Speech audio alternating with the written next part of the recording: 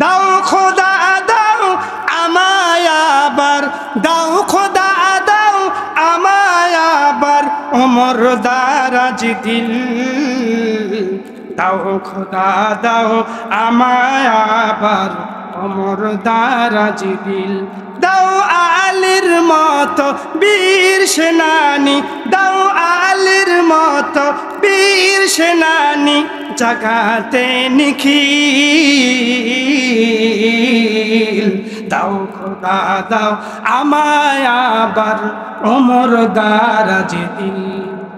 হামজাকে দাও ঘরে ঘরে, হামজাকে দাও ঘরে ঘরে, জীবন দিতে অকাতরে। হামজাকে দাও ঘরে ঘরে, জীবন দিতে অকাতরে। আবার কাবা ভাঙতে এলে, আবার কাবা ভাঙতে এলে, পাঠাও আবাবিল। দাও খোদা দাও আমায় আবার ওমর দারাজ দিল। দাও আলীর মতো বীর সেনানি, দাও আলীর মতো বীর সেনানি, জাগাতে নিখিল। দাও খোদা দাও আমায় আবার ওমর দারাজ দিল। আল্লাহু আকবার। আমার কুতুবপুরের ভাইরা রে, কানটা খাড়া করে দিয়ে এবারে শুনবেন। আমি বলেছিলাম মানুষ পৃথিবীতে যত প্রকার জুলুম করে, এই জুলুমগুলো তিনটা ক্যাটাগরিতে তাফসিরের ভিতরে মুফাসসিরিন কেরামরা ব্যাখ্যা করেছেন।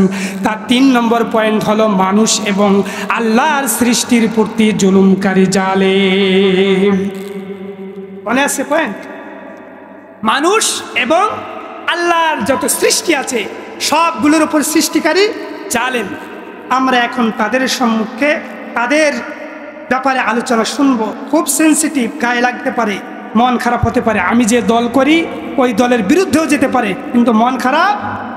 আমি কথা বলতেছি কি থেকে? কোরআন থেকে। আমি কি আমার বাপদাদার কিচ্ছা কাহিনী বলতেছি? আমার কাছে আমার বাপদাদার কোনো কিতাবও নাই, পরে এসেছি কোরআন, পরে এসেছি হাদিস, সেখান থেকে আপনাদের সম্মুখে আলোকপাত করতেছি। আমার ভাইয়ের, আমার বন্ধুগণ, রব্বুল আলামিন কোরআনুল কারীমের মধ্যে বলেন, ও দুনিয়ার মানুষ, পৃথিবীতে আল্লাহ তাআলা তোমাদেরকে তৈরি করেছেন। ওমা খালাকাতুল জিন্না ওয়াল ইনসা ইল্লা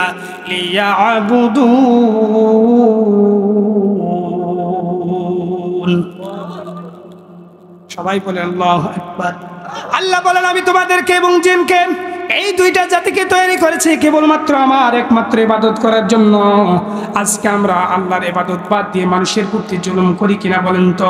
আল্লাহ তাআলা বলেন, তোমাদের উপর হুকুম হলো, ইয়া আইয়ুহাল্লাযীনা আমানু লা ইয়াসখার কওমুম মিন কওমিন আসা আইয়াকুনা খায়রাম মিনহুম ওয়ালা নিসাউম মিন নিসাইন আসা আইয়াকুনা খায়রাম মিনহুন্না ইলা আখিরিল আয়াত। আল্লাহ তাআলা বলেন, আল্লাহ তাআলা তোমাদেরকে হুকুম করছেন, হে মুমিনরা তোমরা, আল্লাহ তাআলা বলেন, হে মুমিনরা তোমরা মানুষের সম্পর্কে কুধারণা করো না, মানুষকে তোমরা তাদের দোষ ত্রুটি খুঁজে বেড়াও না, মানুষের উপরে তোমরা মিথ্যা অপবাদ দাও না। আমাদের সমাজে এরকম লোক আছে কিনা বলেন তো? মানুষের সঙ্গে মিথ্যা অপবাদ দেয়, মানুষের সম্মুখে কুধারণা করে। একটা লোক মসজিদ থেকে বের হলো, বলছে নামাজ পড়ে কি হবে, সুদের উপর টাকা লাগায়, অথচ ওই লোকটা আল্লাহর ওলি, আপনি মিথ্যা তহমত দিলেন। আছে কিনা? একটা লোক সিনেমা হলের যে রাস্তা, ওই রাস্তা দিয়ে বের হলো, আপনি অনুমান করলেন নামাজে পড়ে, দেখো সিনেমাও দেখে। অনুমান করা যাবে না, মিথ্যা অনুমান করা যাবে না, অনুমানিক কোনো কথা বলা যাবে না।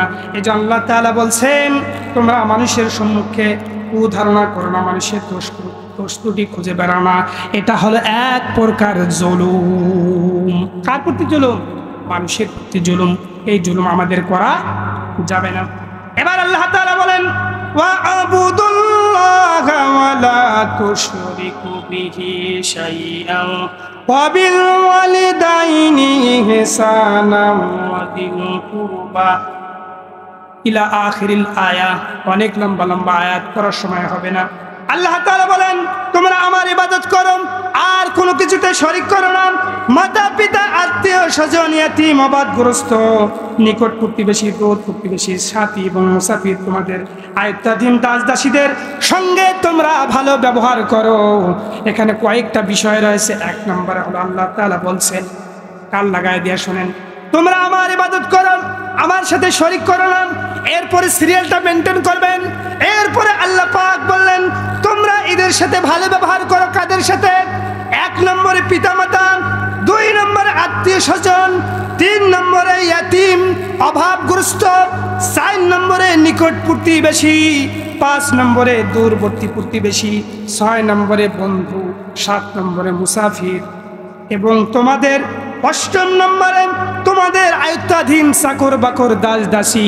এই আটটা শ্রেণীর লোকের সাথে আল্লাহ তাআলা খারাপ ব্যবহার করতে নিষেধ করেছেন, তাদের সাথে ভালো ব্যবহার করতে বলেছেন কে? আমরা কি করি নাকি? আমরা তো আজকে তাদের করি না, তাদের সাথে ভালো ব্যবহার করি না। আল্লাহ তাআলা সূরা সূরা 42 নম্বর আয়াতের মধ্যে বলেন, ইন্নামাস সাবিলু আলাল লাযিনা ইয়াযলিমুনান নাসা ওয়া ইয়াবগুনা ফিল আরদি বিগাইরিল হক উলাইকা লাহুম আযাবুন আলীম।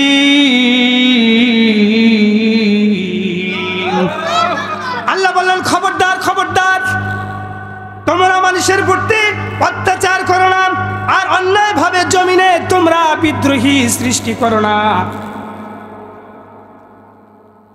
অন্যায়ভাবে জমিনে গন্ডগোল তৈরি করো না, অন্যায়ভাবে মানুষের ভিতরে ঝগড়াঝাটি করো না। আমাদের ভিতরে, সমাজের ভিতরে দেখবেন কিছু লোকের খেয়ে দেয় কাম নাই, একজনের সাথে আরেকজনের ক্লিক লাগায় দেয়, পা খসে ধরে কাজিয়া করে, ঝগড়া করে। এইদিকে মনে হয় নাই। আমার হরিপুরের কথা বললাম, শ্যামপুরের কথা খুব আছে, আপনার এইদিকে নাই মনে হয় না? তার কথা বলেন না কেন? বিশ্বনবী সাল্লাল্লাহু আলাইহি সাল্লাম একদিন সাহাবীদেরকে বললেন, সাহাবায়ে কেরাম শোনো, তোমাদেরকে কি আমি এমন একটা আমলের কথা বলবো নাকি যে আমলটা নামাজ, রোজা, হজ এবং সদকা করার সবচেয়ে উত্তম? তখন সাহাবায়ে কেরামদের মাথা একটু অবাক হয়ে গেছে। সাহাবায়ে কেরামরা নবীজিকে বললেন, ইয়া রাসূলুল্লাহ, ইয়া হাবিবাল্লাহ, অবশ্যই অবশ্যই বলবেন, আপনারা শুনবেন নাকি? নবীজির কাছে যখন সাহাবায়ে কেরাম বললেন, ইয়া রাসূলুল্লাহ, বলে দেন কোন সেই আমল যে আমল নামাজ, রোজা, হজ এবং সদকা করার চেয়ে উত্তম? তখন সাহাবায়ে কেরাম যখন শোনার জন্য আগ্রহ প্রকাশ করলেন, তখন নবীজি বললেন, সে আমলটাকে আমি তোমাদেরকে বলবো নাকি? তখন নবীজি বললেন, সে আমলটা হলো, দুই ভাইয়ের ভিতরে তোমাদের ভিতরে ঝগড়া লেগেছে, দুইটা ভাইয়ের মধ্যে তোমাদের ভিতরে ঝগড়া লেগেছে, ওই ঝগড়া বিবাদ মিটিয়ে দেওয়া হলো নামাজ, রোজা, হজ এবং যাকাতের চেয়ে উত্তম। বলেন সুবহানাল্লাহ। আমরা তো শুধু নামাজ, রোজা, হজ, যাকাত নিয়ে পড়ে থাকি, আর এদিকে ভাইয়ের ভিতরে দ্বন্দ্ব লাগায় দেই। অথচ নামাজ, রোজা, হজ এবং যাকাতের চেয়ে উত্তম আমল বলছেন রাসূলুল্লাহ বিবাদ মিটিয়ে দাও। এই জন্য আল্লাহ তাআলা বললেন, জমিনের ভিতরে অহেতুক ফিতনা ফাসাদ সৃষ্টি করো না, অহেতুক বিশৃঙ্খলা তৈরি করো না। আমার ভাইরা, আমার বন্ধুগণ, এবার মানুষের উপরে যে জুলুম আমরা করি, মানুষের প্রতি জুলুম করি, কিছু স্তর রয়েছে, আছে কিনা বলেন তো? এক নম্বর হলো মানুষকে গালি দেওয়া। মানুষকে গালি দেওয়া যাবে না। একবার এক মুশরিক লোক, ইহুদি, হযরত আবু বকর রাদিয়াল্লাহু তাআলা আনহুকে গালি দিচ্ছেন। আবু বকর গালির প্রতিবাদে একটা কথাও বলেনি। আর আমাকে, আপনাকে যদি কেউ গালি দেন, ওকে ওখান থেকে ঠিকভাবে যাইতে পারবে? একে ঘুষে নাক ফাটিয়ে দেন না আপনারা? আপনাদেরকে বলে দেয় না? না, একবার রক্তের বন্যা বয়ে যাবে, হাতাহাতি শুরু হয়ে যাবে। নেতার বিরুদ্ধে বলে তো আরো শান্তি গরম। অথচ আবু বকর সিদ্দিককে ওই ইহুদি গালি দিল, আবু বকর একটা কথাও বললেন না। আল্লাহর নবী মুস্কি মুস্কি হাসে। আবু বকর অবাক হয়ে গেলেন, একটু মন কষ্ট পাইলেন, ব্যাপার কি, ইহুদি গালি দেয়, নবীজি হাসে কেন? তখন আবু বকর বললেন, ইয়া রাসূলুল্লাহ, ইয়া হাবিবাল্লাহ, ব্যাপারটা বুঝতে পারলাম না, ইহুদি আমাকে গালি দিল কিন্তু আপনি প্রতিবাদ করলেন না, আপনি আবার মুস্কি মুস্কি হাসি দিলেন, কারণটা কি জানার দরকার আছে কি না? এই দিকের লোকগুলোর মনে জানার দরকার নাই। আমার ভাইরা নবীজি বললেন, আবু বকর রে, তোমাকে যখন ইহুদি গালি দিচ্ছিল, তুমি যখন মুখটা বন্ধ করে নীরবে শুনতেছিলা, কোনো রকম কথা বলতেছিলে না, তখন আমি দেখলাম আল্লাহ রাব্বুল আলামিন একজন ফেরেশতাকে নাজিল করে দিয়েছেন। ওই ইহুদি যে তোমাকে গালি দিচ্ছে, ওই গালির প্রতিবাদ, ওই গালির উত্তর ওই ফেরেশতাই আল্লাহর পক্ষ থেকে, তোমার পক্ষ থেকে দিয়ে দিচ্ছে। বলেন সুবহানাল্লাহ। এই জন্য আমি নবীজি মুস্কি মুস্কি হাসতেছি। ইমানদারদের পক্ষে কেউ যদি তাকে গালি দেয়, তার পক্ষে গালি দেয় কে? ফেরেশতারা জবাব দেয়, তাকে জবাব দেওয়ার কোনো দরকার নাই। এখান থেকে শিক্ষণীয় বিষয় হলো, আমাদেরকে যদি কেউ গালি দেয়, কেউ মারে, আমরা তাকে কিছুই বলবো না, আল্লাহর কাছে হিসাব দিব, আল্লাহ এর বিচার করবে। পৃথিবী না জান আমি তো জানি, আমি কি পাপ করেছি। কেউ না জানলে কে জানে? পৃথিবীর মানুষ জানে, আল্লাহ জানে। এর জন্য বলছে পৃথিবী না জানুক আমি তো জানি, আমি কি পাপ করেছি। আমার পাপের করলে বিচার, আমার পাপের করলে বিচার, বাঁচার আমার নাই উপায়। দয়াময় তুমি মাফ করো আমায়, দয়াময় তুমি মাফ করো আমায়। পৃথিবী না জানুক আমি তো জানি, আমি কি পাপ করেছি। হায় পৃথিবী না জানুক আমি তো জানি, আমি কি পাপ করেছি। হায় আমার ভাইরা, আমার বন্ধুগণ, মানুষ মানুষের প্রতি কিরকম জুলুম করতে পারে, তাফসীরের কিতাবগুলো খুললে আপনারা দেখতে পারবেন। ইতিপূর্বে যতগুলো নবীকে আল্লাহ তাআলা দুনিয়ার জমিনে পাঠিয়েছিলেন, সমস্ত নবীরা একই তাওহীদের বাণী বলে বলে মানুষগুলোকে দাওয়াত দিয়েছিলেন। আমার ভাইরা, আমার বন্ধুগণ, অনুরূপভাবে আল্লাহ তাআলা হযরতে মূসা আলাইহিস সালামকে পাঠিয়েছিলেন বনী ইসরাইলের মধ্যে। সেই সময়ের শাসক ছিল ফেরাউন। বহু নির্যাতন মূসা আলাইহিস সালামের উপরে করেছে, আপনারা জানেন কিনা? মূসা আলাইহিস সালাম নিজে তার ভাইকে নিয়ে, হারুন আলাইহিস সালামকে নিয়ে, মূসা আলাইহিস সালাম এবং হারুন আলাইহিস সালাম যখন ফেরাউনের কাছে দাওয়াত নিয়ে গেলেন, ফেরাউন কিন্তু দাওয়াত কবুল করল না, উল্টা তার উপর বিভিন্ন রকম জুলুম, অত্যাচার, নির্যাতন, স্টিম রোলার চালিয়েছিল। এবার এই ফেরাউন যখন নিজেকে খোদাই দাবি করলাম, ফেরাউন বলে না রব্বুকুমুল আলা, তোমরা যে রবের সেজদা করো তার চেয়ে আমি বড় খোদা। নিজেকে খোদাই দাবি করত, কিন্তু তার ঘরের বউ তাকে নিজেকে খোদা হিসেবে দাবি, ওই দাবি কিন্তু তার ঘরের বউ তাকে মানত না, তার স্ত্রী তাকে মানত না। এখন বলেন তো দেখি, আপনি যতই নেতামিগিরি করেন না কেন, বউয়ের কাছে আপনার নেতামিগিরি খাটে নাকি?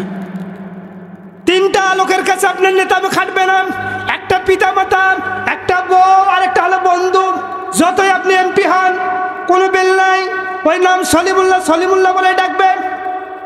তো ফেরাউন একদিন আফসোস করে বলে, বিবি আসিয়া, সবাই আমার কওমের লোকেরা আমাকে খোদা হিসেবে মানে আমাকে সেজদা দেয়, কিন্তু তুমি তো কোনোদিন তোমার মস্তকটা আমার কাছে নত করলা না।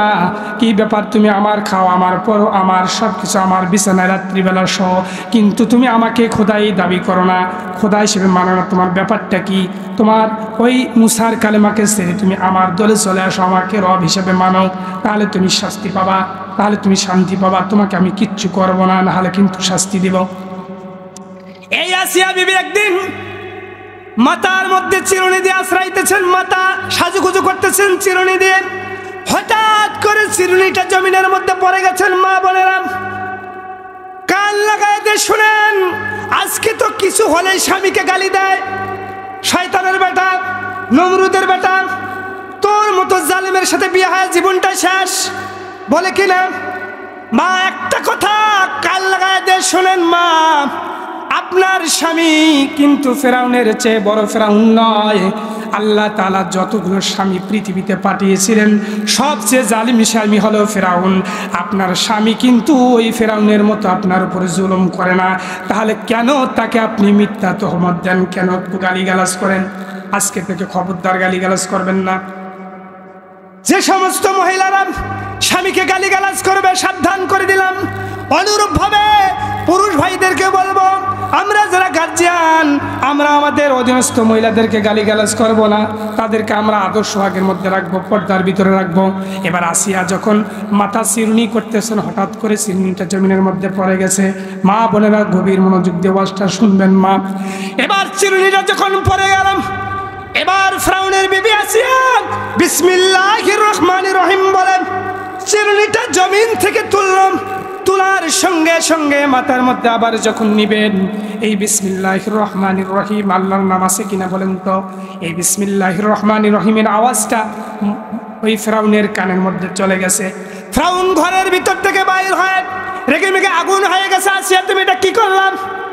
আসিয়া এবার বললাম, কেন আমি রবের নামে কাজ করতেছি, মাথা চিরুনি করতেছি। বললেন, তুমি তোমার রবের ওই কালিমাকে ছেড়ে দাও, বাক্যকে ছেড়ে দাও, নাহলে কিন্তু আমি তোমার উপরে জুলুম করব। বললেন, তুমি আমার উপরে যা অত্যাচার করো না কেন, আমি কোনো রকম ছাড়বো না। আমি আমার রবের তাওহীদের বাণী থেকে এক বিন্দু পিছপা হব না। বলেন সুবহানাল্লাহ। ওই ফেরাউনের অর্থমন্ত্রী ছিল, তার একজন বিবি ছিল। ওই বিবিও মুসা আলাইহিস সালামের উপরে ঈমান আনছে। তা মুসা আলাইহিস সালাম ঈমান আনার কারণে, তার তাওহীদের উপরে প্রতিষ্ঠিত হওয়ার কারণে এই খবরটা আবার ফেরাউনের কানে চলে গেছে। এইদিকে আসিয়া অপরাধ করে বসে আছে, এদিকে তার অর্থমন্ত্রীর স্ত্রী অপরাধ, তাকে মানতেছে না। যখন ফেরাউনের কানে আসলো, ফেরাউন শুধু শুধু আসিয়া না, আপনার ঘরের বউ যে আপনাকে মানে না তা না, আপনার স্বয়ং অর্থমন্ত্রী তার বউ কিন্তু আপনাকে রব হিসেবে স্বীকার করে না। অতএব এরকম যদি হতে থাকে, আপনার ক্ষমতার মসনদ কিন্তু বেশি দিন থাকবে না। আমার ভাইরা, আমার বন্ধুগণ, অনুরূপভাবে এবার ফেরাউন ঘোষণা করলো, বলল, আগামীকাল সকালবেলা আমার বউ এবং অর্থমন্ত্রীর বউ দুইজনের বিচার হবে। ওপেন প্ল্যাটফর্মে সবাইকে এলান করে দাও। সব লোক চলে আসলো সকালবেলা। এবার বললেন সুন্দরভাবে, শোনো, স্ত্রী আসিয়াকে বললেন, অর্থমন্ত্রীর বউকে বললেন, শোনো, তোমরা দুইজন বান্ধবী বুদ্ধি করে আমাকে রব বলে মানতেছ না, মুসার আল্লাহকে তোমরা রব হিসেবে স্বীকৃতি দিচ্ছ। শোনো, তোমরা যদি এই মুহূর্তে মুসার আল্লাহকে যদি ভুলে না যাও, যদি ঈমান তোমরা ছেড়ে না দাও, তাহলে মনে রাখো আমি তোমাদের উপরে জুলুমের স্টিম রোলার চালাবো। বলছে, আমাদের শরীরের এক বিন্দু রক্ত থাকা পর্যন্ত আমরা রব্বুল আলামিনের তাওহীদের বাণী থেকে এক বিন্দু পিছপা হব না। বলেন সুবহানাল্লাহ। এবার মুসা আলাইহিস সালাম কি করলেন, ফেরাউন কি করলেন? ওই অর্থমন্ত্রীর বউয়ের কোলে একটা ছোট্ট বাচ্চা ছিল, মাসুম বাচ্চা, ঠিকমতো কথাও বলতে পারে না। এবার ফেরাউন বললেন তার লোকদেরকে, বিশাল বড় একটা কড়াই রেডি করেন। ওই কড়ার ভিতরে তেল নিলেন, তেল নেওয়ার পরে তেলটাকে জাল দেওয়া হলো।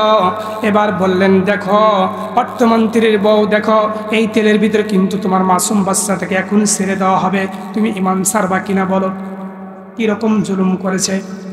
এবার ফেরাউনের স্ত্রী বউয়ের বান্ধবী অর্থমন্ত্রীর স্ত্রী বলেন, ও ফেরাউন, আমার এই সন্তানকে তুমি যে ভয় দেখাইতেছ আমি ভয় পাই না। আমার এই মাসুম বাচ্চাকে যদি তুমি ছাড় না দাও, তার প্রতি যদি তুমি জুলুম করো, তবে জেনে রাখো আমার এই সন্তান তোমার ওই তেলে যাওয়ার সঙ্গে সঙ্গে সে আল্লাহর জান্নাতে চলে যাবে। বলেন সুবহানাল্লাহ। এবার কথা আর বেশি লম্বা করব না। এবার ওই ছোট্ট বাচ্চাকে অর্থমন্ত্রীর বউয়ের কোল থেকে ছিনিয়ে নিল, নিয়ে একটা চুরে নিক্ষেপ করলো তেলের ভিতরে, তেলের পাতিলের ভিতরে চলে পড়ে। ওই ছোট্ট মাসুম বাচ্চাটা হাউমাউ করে চিৎকার করে করে একেবারে মুরগির মতো ভুনা হয়ে গেল। এবার ফেরাউন বলল, অর্থমন্ত্রীর স্ত্রী বলে, এখন ঈমান ছাড়বা কিনা? বলে, না, আমার ছেলে তো শাহাদা লাভ করেছে, বলে এবার তোমাকে ওই তেলের মধ্যে ছেড়ে দেওয়া হবে। বলছে আমার কোনো সমস্যা নেই, তারপর আমি ইমান ছাড়বো না। এবার ওই অর্থমন্ত্রীর বউকে তাকেও ধরে ওই তেলের ভিতরে ছেড়ে শহীদ করে দেওয়া হলো। এবার আসিয়াকে ডেকে বলল, ওগো বিবি, তুমি তো আমার বিবি, তোমাকে তো আমি এরকম জুলুম করতে পারি না। হাজার হলো বিবির কাছে দুর্বল। বলছে শোনো, তোমাকে আমি কিছুই করবো না, শুধু তুমি আল্লাহর ঈমান ছেড়ে দাও, তাওহীদের ঘোষণা বন্ধ করো। আসিয়া একই কথা, তুমিও আমাকে ওদের মতো শহীদ করে দাও, আমার কোনো দুঃখ নাই, কিন্তু তুমি আমার সঙ্গে আমাকে আল্লাহর তাওহীদের পথ থেকে ফিরাইতে পারবা না। এবার তারা কি করলো, ফেরাউনের লোকজন আসিয়াকে জমিনের মধ্যে শোয়াইল। আসিয়ার পরন থেকে সমস্ত কাপড়গুলো টেনে হেসড়ে হেসড়ে খুলে ফেললাম। আসিয়াকে উলঙ্গ করে ফেললাম। উলঙ্গ করে ফেলার পরে তক্তার উপরে শোয়া দিল। তক্তার উপরে শোয়া দেওয়ার পরে আসিয়ার দুইটা হাতের মধ্যে, দুইটা পায়ের মধ্যে লোহার শিকল দিয়ে এরকম গেড়ে দিল। দেওয়ার পরে তার লজ্জাস্থানের ভিতরে বর্ষণ নিক্ষেপ করে আসিয়াকে দুনিয়া থেকে বিদায় দিয়ে দিল। আসিয়া আল্লাহকে ডেকে ডেকে বলে, আল্লাহ, এই কথাটা আল্লাহ রাব্বুল আলামিন কুরআনুল কারীমের ভিতরে 63 নম্বর সূরা, সূরা আত-তাহরিমের 11 নম্বর আয়াতে আসিয়ার দোয়াটা উল্লেখ করে আল্লাহ তাআলা বলেন, আসিয়া সেই দিন আল্লাহ তাআলাকে বলতেছিল, ঈদ ক্বালাত রাব্বি বনিলি ইনদাকা বাইতান ফিল জান্নাতি ওয়া নাজ্জিনি মিন ফিরআউনা ওয়া আমালিহি ওয়া নাজ্জিনি মিনাল কওমিদ জালিমিন।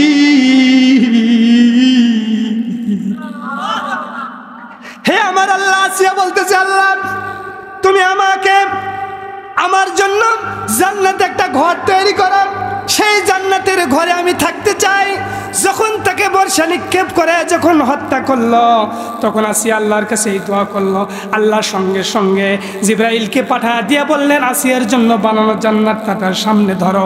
আসিয়ার সামনে ওই জান্নাত ধরলো, আর এদিকে তার উপরে জুলুম হচ্ছে। আসিয়া এক বিন্দু জুলুমের কষ্ট অনুভব করে নাই। আর আসিয়া ডেকে ডেকে বলছে, আল্লাহ, তুমি আমাকে জান্নাতের ভিতরে দাখিল করে দাও। বলেন সুবহানাল্লাহ। ইমানের পথে অবিচল থেকে আমার মরণ যেন হয়। বলেন, ইমানের পথে অবিচল থেকে আমার মরণ যেন হয়। তোমারই কাছে মিনতি আমার, তোমারই কাছে মিনতি আমার, মহা মহিম দয়াময়। তোমারই কাছে মিনতি আমার, মহা মহিম দয়াময়। ইমানের পথে অবিচল থেকে আমার মরণ যেন হয়। আমার ভাইরা, আমার বন্ধুগণ, আলোচনা লম্বা করব না। একটা কথা, একটা হাদিস শুধু বলবো, অন্যায়ভাবে মানুষের উপরে জুলুম করবেন না। ক্ষমতা কিন্তু কারোর জন্য চিরস্থায়ী না। গত 15টি বছর জালিম সরকার ক্ষমতা ধরে রেখেছিল। সে মনে করেছিল এই ক্ষমতা থেকে মনে আমাকে কেউ নামাইতে পারবে না। আমি দেখেছি টাইম, কেউ মনে হয় নামাইতে পারবে না। কিন্তু আল্লাহ বলেন, আমাম কারু আমাকারাল্লাহ আল্লাহু খায়রুল মাকিরিন। ওদের ষড়যন্ত্র করে ওরা, আমিও ষড়যন্ত্র করি, তোদের ষড়যন্ত্রের চেয়ে আমার ষড়যন্ত্র উত্তম। কেউ এই ক্ষমতা চিরস্থায়ী থাকতে পারবে না। এজন্য ভাই, আমরা এই আজকের আলোচনা থেকে এটাই মেসেজ নিলাম, আমরা জীবদ্দশায় কোনোদিন কেউ কারো প্রতি জুলুম করব না। আল্লাহ বলছেন, আমি আমার উপর জুলুম হারাম করেছি, আমি চাই না আমার কোনো বান্দা কার প্রতি জুলুম করুক। যারা জুলুম করে তারা কিয়ামতের দিন বখিল হিসেবে উঠবে, তাদের কোনো সাহায্যকারী থাকবে না। দুনিয়াতে সবচেয়ে গরিব, রসুল বলেন সাহাবীদেরকে, তোমরা কি জানো পৃথিবীতে সবচেয়ে গরিবকে, দুনিয়াতে সবচেয়ে গরিবকে? তখন সাহাবীরা বললেন যাদের অর্থ নেই তারা গরিব। রসুল বলেন না, ওই ব্যক্তি সবচেয়ে গরিব যে নামাজ আদায় করলো, রোজা করলো, হজ করলো, অথচ কিয়ামতের ময়দানে সে গরিব হিসেবে উঠবে। জুলুম করার কারণে তার নামাজ চলে যাবে, রোজা চলে যাবে, হজ চলে যাবে। মানুষের প্রতি জুলুম করার কারণে তার সব নেক আমলগুলো ধ্বংস হয়ে যাবে। তখন ওই যাদের প্রতি জুলুম করছে তাদের গুনাহগুলো তার আমলনামায় ঝুলিয়ে দেওয়া হবে। ওই ব্যক্তি সবচেয়ে দুনিয়া এবং আখিরাতে সবচেয়ে গরিব। এই জন্য আমরা আজকে এখান থেকে দোয়া করব, ইরাদা করব, প্রতিজ্ঞা করব, জীবনে কোনোদিন কার প্রতি জুলুম করব না। মানুষকে সহযোগিতা করতে না পারলে, সাহায্য করতে না পারলে কিন্তু জুলুম করা যাবে না। যারা জুলুম করে, যে ব্যক্তির উপর জুলুম করা হয় সে মাজলুম, আর মাজলুমের দোয়া আল্লাহ কবুল করেন। পৃথিবীর ভিতরে আল্লাহ পাক দুনিয়ার ভিতরে 3 ব্যক্তির দোয়া কবুল করেন। এর ভিতরে একজন হলো মাজলুম। মাজলুম হাত উঠাতে দেরি আর আল্লাহ তার দোয়া কবুল করতে দেরি করে না, বলেন সুবহানাল্লাহ। এই জন্য আল্লাহ তাআলা আমাদেরকে মাজলুম হিসেবে কবুল করুক, জুলুমকারীর খাতা থেকে নাম কেটে দিয়ে আল্লাহ পাক আমাদেরকে জান্নাতুল মাকাম, উচ্চ মাকাম দান করুক। সকল আল্লাহুম্মা আমিন।